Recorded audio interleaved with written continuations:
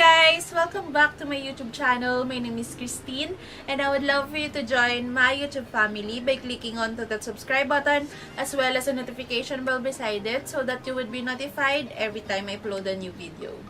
For today's video guys, I'll be doing a celebrity-inspired makeup look. I was scrolling through Pinterest to find some makeup ideas or makeup inspiration and I came across this photo right here by Kylie Jenner.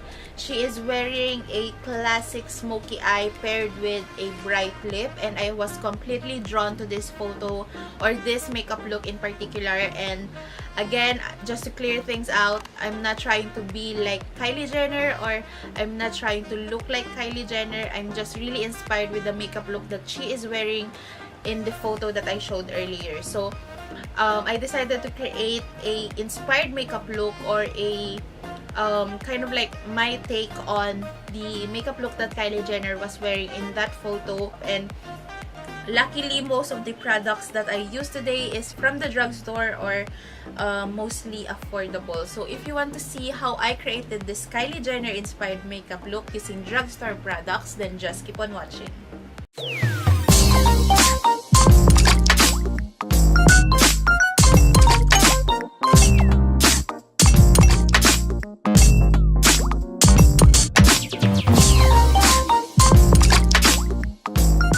So as you guys can see, I've already filled in my eyebrows and the first thing we are going to be doing is grabbing a scotch tape. This will serve as our guide for all of the eyeshadow and this will help us create a cat eye effect. So I'm just going to use about an inch of scotch tape and I'm going to remove most of the adhesive of the scotch tape so that it won't tag too much on our skin. So I'm just going to stick this at the back of my hand several times and then I'm going to lay this down on the outer corners of my eyes.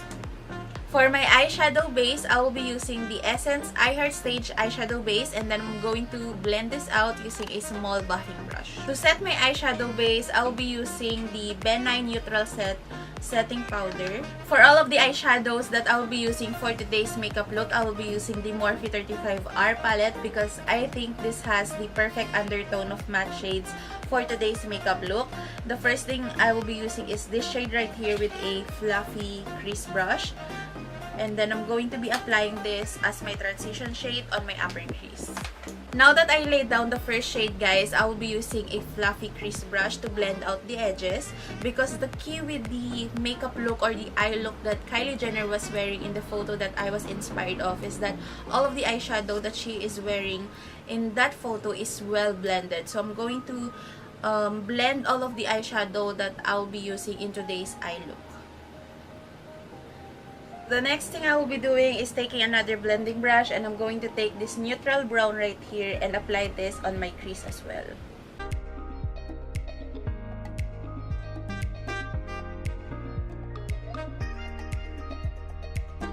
Like I said earlier, blending is key, so now I'm just going to blend out this color again. Now I'm just going to take the first shade that we applied and reapply this on my upper crease. So the next shade I will be taking is this dark brown right here. It's kind of like a black eyeshadow but it's a dark brown with a purple undertone. I'm just going to take this using a flat brush. Then I'm going to be applying this on my lashes, focusing it on the outer corners of my eye. Taking a small brush like this, I'm just going to blend out the edges of that dark brown eyeshadow just to make it look a bit more blended and smoky. Now to add just a little bit of color on the inner parts of my lids, I'm just going to mix this cream shade and this kind of like a medium mauve shade. Then I'm just going to pat this on the inner parts of my lids. Now that I'm done with all of the eyeshadow on my top lids, I will now remove the tape. So once you remove this scotch tape, you will have something like this, and I know it looks very harsh, but we are going to be blending this out later on after we applied our base makeup. But before we move on to our face, we are just going to be cleaning up underneath our eyes using a makeup remover wipe to get rid of any eyeshadow fallout. So now let's move on to our face. So the first thing I will be doing is to prime my face using the Milani Prime Light Face Primer. For the center of my face, I'll be using the Benefit Professional Face Primer. For my foundation, I will be mixing the Infallible Freshwear foundation in the shade Radiant Sand, and I will be mixing it with the Infallible Pro Matte in the shade Golden Beige. I will be buffing this first using a brush, and then later I will be blending this out using a makeup sponge.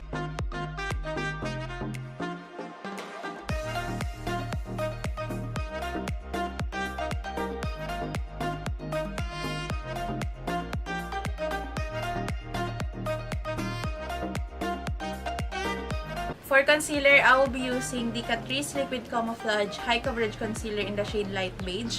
I will be applying this underneath my eyes and other areas of my face that I want to highlight. Now, to bake the areas where I applied some concealer, I'm just going to use the same powder that I used earlier, the Ben9 Neutral Set Setting Powder. I don't bake for too long, guys, so now I'm just going to use a small brush to dust off any excess product. To set the rest of my face, I'll be using the Fit Me Face Powder in the shade 130. Now, let's move on to contour. I'll be using the Sleek Makeup Face Contour Kit in the shade Light, and obviously, I'll be using the contour shade.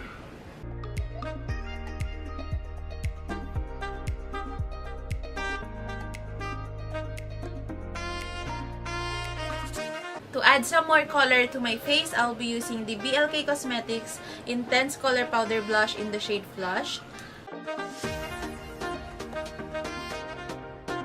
Before I apply my highlighter, I'm just going to spray my face using the MAC Fix Plus. Then for highlighter, I'll be using this Wet n Wild Megaglo Highlighting Powder in the shade Precious Petals.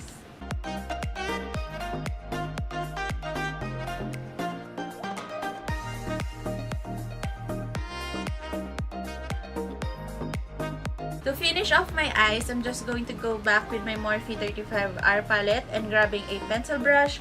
I'm just going to take the first shade we used earlier and apply this all across my lower lashes.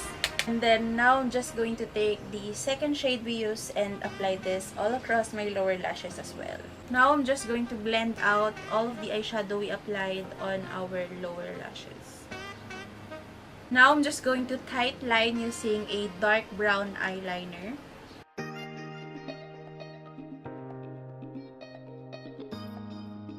Then I'm just going to use the same highlighter that I used for my face to highlight the inner corners of my eyes. So now I'm just going to apply some mascara on my top and bottom lashes, and I'm also going to add some falsies.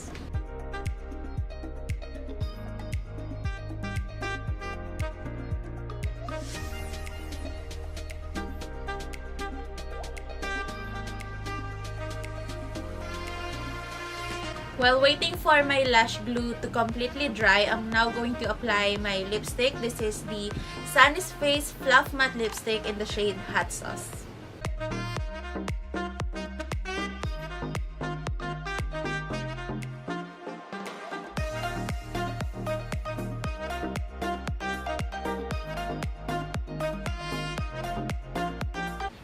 So that is it for today's video, guys. Hopefully you enjoyed this Kylie Jenner inspired makeup look. If you have any requests for future videos, makeup tutorials, beauty related videos, or another celebrity inspired makeup look, you can definitely leave them on the comment section down below. Don't forget to like, comment, share this video to your friends, and subscribe to my YouTube channel. Thank you guys so much for watching, and I'll see you on my next one. Bye!